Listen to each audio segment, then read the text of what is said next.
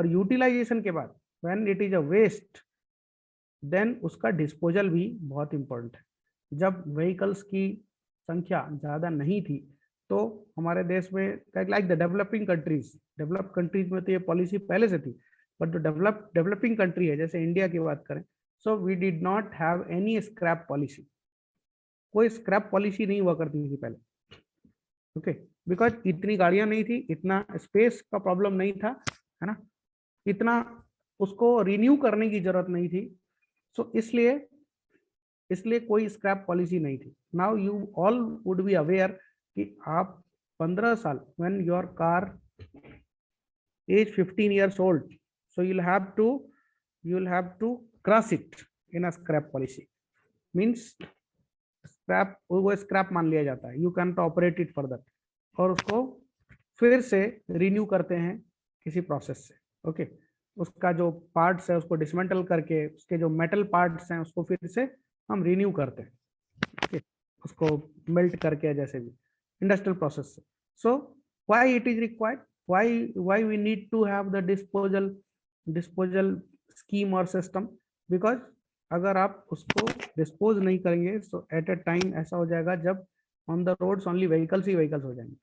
सो इसलिए व्हीकल्स, और प्लस दूसरा एक इम्पैक्ट और है कि जब व्हीकल्स बहुत ज़्यादा पुरानी हो जाती है, सो उसका जो इन्वायरमेंटल इम्पैक्ट है वो बढ़ जाएगा, कंसर्न बढ़ जाएगा, उसमें से जो हार्मफुल गैस एमिशंस हैं वो बढ़ जाएंगे, बिकॉज उसको डिजाइन ही इस तरह किया गया है कि वो 10 से 15 साल कम इमिशन के साथ चल सकता है। If you are using it further, so emissions will increase, so suddenly उसका इमिशन बढ़ेगा, और इसी वजह से there are lot of concern, जिसकी वजह से गवर्नमेंट ने एक टाइम पीरियड फिक्स किया है कि okay, up to this time period you can use your vehicle, and after this time period, okay, you will have to get it scrapped. उसको scrap policy के अंतर्गत आपको स्क्रैप कराना होगा, okay. So these are the things, okay, which are very much important from the viewpoint of environmental impact. First is the extraction and processing of the material resources, next is the manufacturing, and third is the vehicle disposal stage, okay. So you'll have to go through all these processes when we consider the environmental impact of pollution, okay. So another thing is there कि हमने देखा आजकल जो trains का operation है, सो trains का सबसे पहले जो हिस्ट्री रही है लोकोमोटिव्स का, वो पहले steam was the driving force, steam को एज अ फ्यूल यूज करते थे और इंजन्स को ऑपरेट करते थे। Then we switched over to the diesel locomotives, जिसमें डीजल इंजन्स की मदद से डीजल को की हीट एनर्जी को हम प्रोपेलिंग में इस्तेमाल करते थे, और उससे डीजल लोकोमोटिव्स को ड्राइव किया जाता था। Then came the hybrid, diesel engine को इस्तेमाल करके हम हीट इंजन से प्राइम मूवर घुमाते थे, एंड देन मोटर जनरेटर्स की वजह से मदद से हम डीसी जनरेट करते थे, and that DC power was again used to drive the DC motors. ऐसा क्यों करते थे? क्योंकि डीसी मोटर की स्पीड कंट्रोलिंग बहुत आसान थी, ओके, डीसी मोटर्स को स्पीड को कंट्रोल करना बहुत ही आसान था, इसलिए हम ऐसा कर पा रहे थे। बट आज हम क्या कर पा रहे हैं? We are directly using AC power, directly controlling and running the AC motors. तो एसी पावर से हम डायरेक्ट पेंटोग्राफ के थ्रू एसी को डायरेक्ट एसी मोटर्स के थ्रू हम प्रोपल्शन कर पा रहे हैं, ओके। सो आज जितने भी लोकोमोटिव्स हैं maximum they are electrified, okay, whole जो all across the world we are using it, and in India as well we have 90% electrification of the railway tracks. तो हम इलेक्ट्रिक का इस्तेमाल कर पा रहे हैं। High speed trains, bullet speed trains, metro trains, suburban trains, all these trains are running on electricity, okay. So ये electricity आ कहाँ से रही? ये इलेक्ट्रिसिटी आ रही है कन्वेंशनल मेथड में। अगर हम बात करें तो ये इलेक्ट्रिसिटी कोल को बर्न आउट करके उसकी हीट से वो हम जनरेट करते हैं, okay. So that from there we are getting that electricity.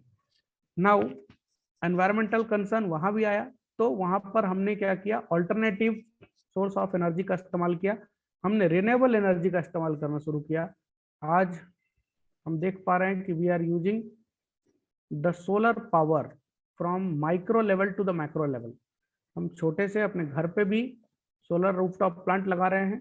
We are installing the plants, solar plants on a very large scale, hundreds of acres of land पे, on even on the surface water, बड़े बड़े जो सी हैं, सी source हैं या pond हैं, lakes हैं, उसके ऊपर में हम सोलर पैनल्स लगा पा रहे हैं. जो ग्रीन, जो विंड एनर्जी जहां जहां हम हार्नेस कर सकते हैं, where we have the source of wind across the year, हम वहां पर विंड एनर्जी के प्लांट्स लगा रहे हैं. So these all are renewable energy sources. Biomass इस्तेमाल कर रहे हैं, टाइडल एनर्जी का इस्तेमाल कर रहे हैं. सो इससे हम इलेक्ट्रिसिटी प्रोड्यूस कर रहे हैं. सो ये सब करने के पीछे फैक्टर क्या है? फैक्टर है, one is free and another is clean. So they are the free source of energy and they are the clean source of energy. And कुछ हद तक हम न्यूक्लियर एनर्जी का भी इस्तेमाल कर रहे हैं इलेक्ट्रिसिटी को जनरेट करने. ये ऐसा, इसको हर साल गवर्नमेंट हर 5 साल में एक टारगेट तय करती है कि अगले 5 साल में हमें रिन्यूएबल का जो लेवल है पावर जनरेशन का, उसको बढ़ाना है. ऐसा क्यों?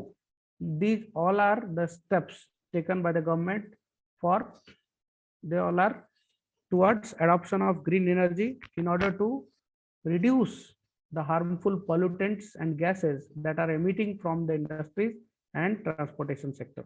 तो उसको कम करने के लिए, ताकि हम कार्बन उत्सर्जन को कम कर सकें. ग्रीन एनर्जी का वही पर्पस होता है. इसीलिए हम रिन्यूएबल्स के ऊपर जा रहे हैं, हम नेचुरल गैसेस का इस्तेमाल कर रहे हैं.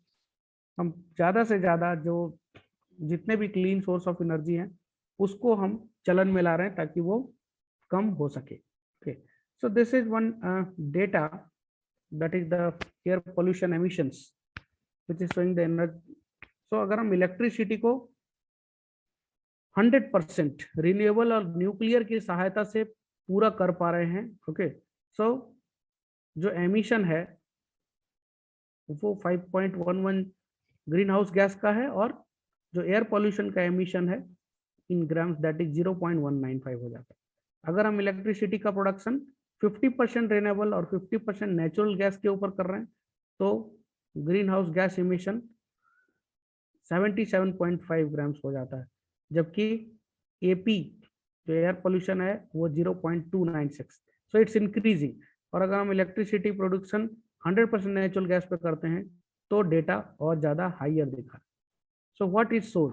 इट शोज कि as much we are dependent on the renewable energy, nuclear energy, उतना ही हम emission को कम कर पाएंगे. So this is the reason why we are shifting gradually from the conventional sources to the renewable sources. Okay, so this is very much important. Somebody is trying to ask something.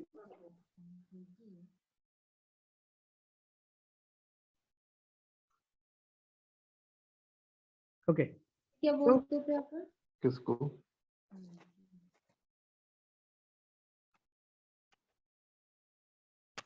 Is anybody asking something? कोई कुछ पूछना चाह रहा है क्या?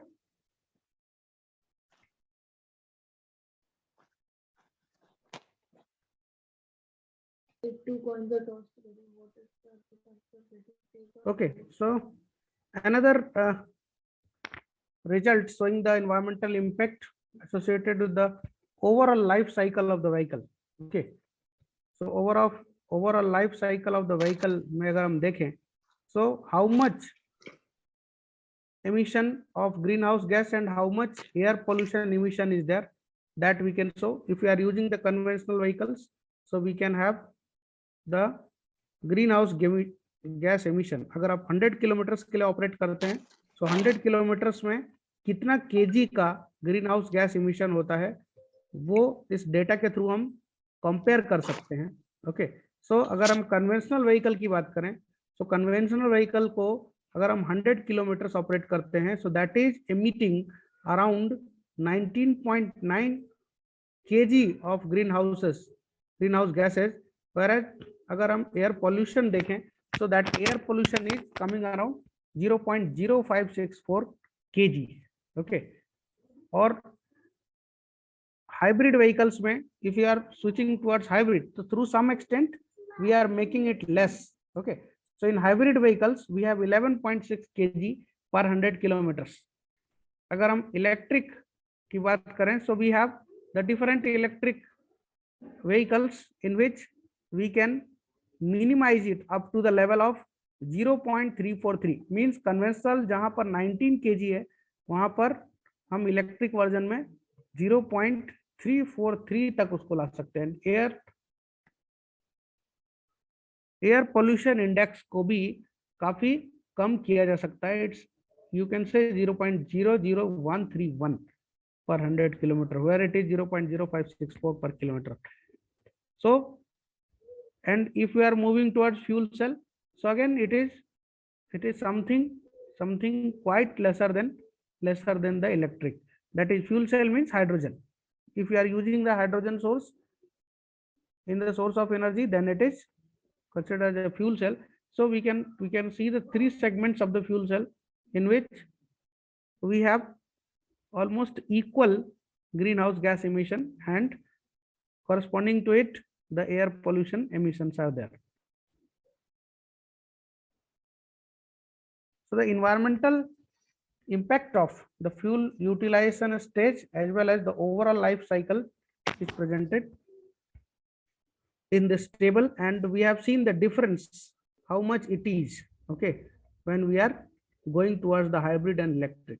So all these environmental concerns, the data related to it clearly shows that, okay, if we will go for the electric version or the hybrid version or the fuel cell version, like the hydrogen fuels, if we are taking, then that would be better. Okay, so you can see this with a graph also.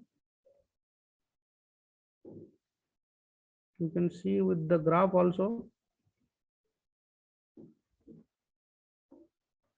So this graph is showing all type of vehicles are there, and the greenhouse gas emission is plotted.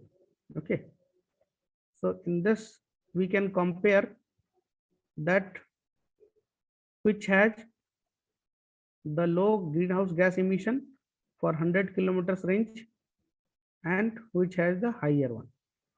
So we can see very clearly with this graph that this fuel cell utilization is having the very much less greenhouse gas emission as compared to the conventional one. Okay, and for the electric version also, electric version fuel cell से थोड़ा सा ज्यादा हम कह सकते हैं कि वो होता है.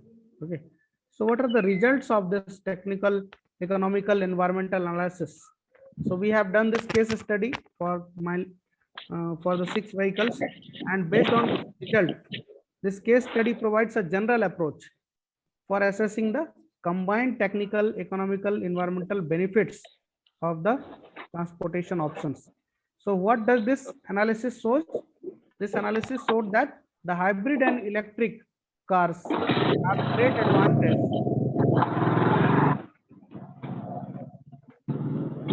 I request the host to please mute the participant who is creating some noise.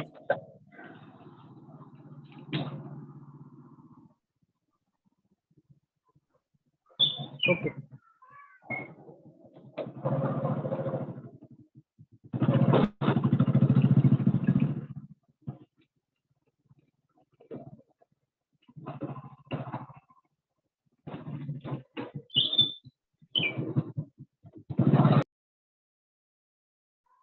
Okay, so we can see what we have seen in this environmental analysis, that the hybrid and electric cars have the great advantage over the other kind of vehicles. Okay, so economics and environmental impact associated with the use of electric car depend significantly on the source of electricity.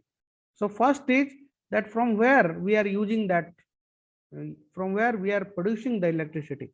So electricity हम कहाँ से generate कर रहे हैं वो बहुत important होता है.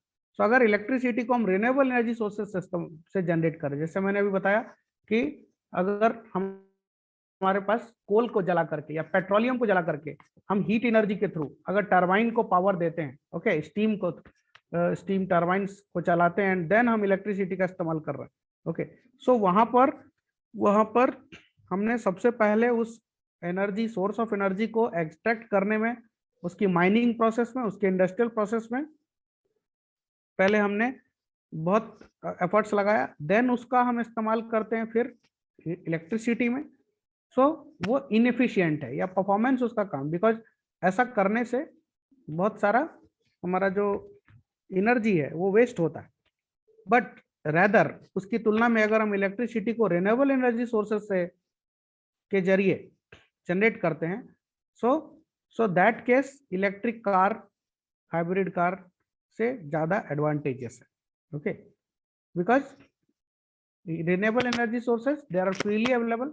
सोलर पावर को बहुत ज्यादा प्रोसेसिंग की जरूरत है नहीं, आपके पास सोलर पैनल है and if the sufficient sunlight is there, sufficient irradiation level है, सो इलेक्ट्रिसिटी जनरेट हो जाएगी। डीसी इलेक्ट्रिसिटी जनरेट होगी, आपके पास कन्वर्टर्स हैं, आप डीसी टू डीसी कन्वर्टर से उसका लेवल मैच कर सकते हैं। आपके पास इन्वर्टर भी है, आप क्या कर सकते हैं, डीसी टू एसी से, इन्वर्टर से एसी पावर चेंज कर सकते हैं और उस एसी पावर को आप इस्तेमाल कर सकते हैं आपके व्हीकल को प्रोपेल करने के लिए। Where as hybrid vehicles में we have to use some power, some portion of the petroleum for driving the car and the remaining portion is done by the electric part, यानी batteries या किसी और इस्तेमाल, किसी और सोर्स से आप बाकी जो उसकी रिक्वायरमेंट है कार की उसको आप मीट कर सकते हो। So again in this case in the hybrid vehicle आपके पास इफिशियंसी और परफॉर्मेंस की बात करें, so electric cars are more advantageous to be used. Again जैसा मैंने बताया, अगर इलेक्ट्रिसिटी हम फॉसिल फ्यूल से जनरेट करते हैं, यानी कोल से, पेट्रोलियम से, इससे जनरेट करते हैं, सो इलेक्ट्रिक कार्स कॉम्पिटिटिव तो होगी, लेकिन अगर इलेक्ट्रिसिटी हम ऑनबोर्ड कर पा रहे हैं, यानी व्हीकल के ऊपर ही अगर हम उसको कर पा रहे हैं, तो अगर इलेक्ट्रिसिटी जनरेट करने का तरीका आप ऑनबोर्ड कर सकते हैं, तभी वो जो है वो कॉम्पिटिटिव हो पाएगा। Otherwise if you are doing it somewhere else, जैसे हम पावर प्लांट में पावर जनरेट कर रहे हैं, उस पावर प्लांट से हम पहले लॉन्ग डिस्टेंस तक ट्रांसमिशन लाइन के थ्रू इलेक्ट्रिसिटी को भेज रहे हैं और वहां से हम उस पर्टिकुलर इलेक्ट्रिसिटी को यूटिलाइज कर पा रहे हैं, तो उस केस में फॉसिल फ्यूल से जो इलेक्ट्रिसिटी जनरेट हुई है वो कॉम्पिटेंट नहीं होगी आपके इलेक्ट्रिक या हाइब्रिड से के कंपैरिजन। एंड अगर थर्ड कंडीशन में अगर इलेक्ट्रिसिटी को हम 50 या 60% एफिशिएंसी के साथ गैस टरबाइन इंजन से जनरेट करते हैं, okay, which is connected to a high capacity battery and electric motor, then electric car is superior in many aspects. So ये भी एक वे हो सकता है कि अगर हम गैस टरबाइन्स के थ्रू 50 से 60% एफिशिएंसी के साथ इलेक्ट्रिसिटी को जनरेट करें, ओके, एंड उसको हम किसी बैटरी या इलेक्ट्रिक मोटर की मदद से उसको अगर हम ड्राइव में यूज करें, so that can be better, okay. And for the electricity generation that has been considered in second and third scenario, अगर हम एमोनिया से इस्तेमाल करें, ओके, तो भी वो एक बेस्ट ऑप्शन हो सकता है। So you can see this graph, okay, so we have analyzed it for so many scenarios, the conventional, hybrid से, okay, for various scenarios हमने इसको प्लॉट किया। so this is the economic and environmental indicator, okay, so what we can see, the car cost, this blue color is showing the car cost, then this color is showing the range,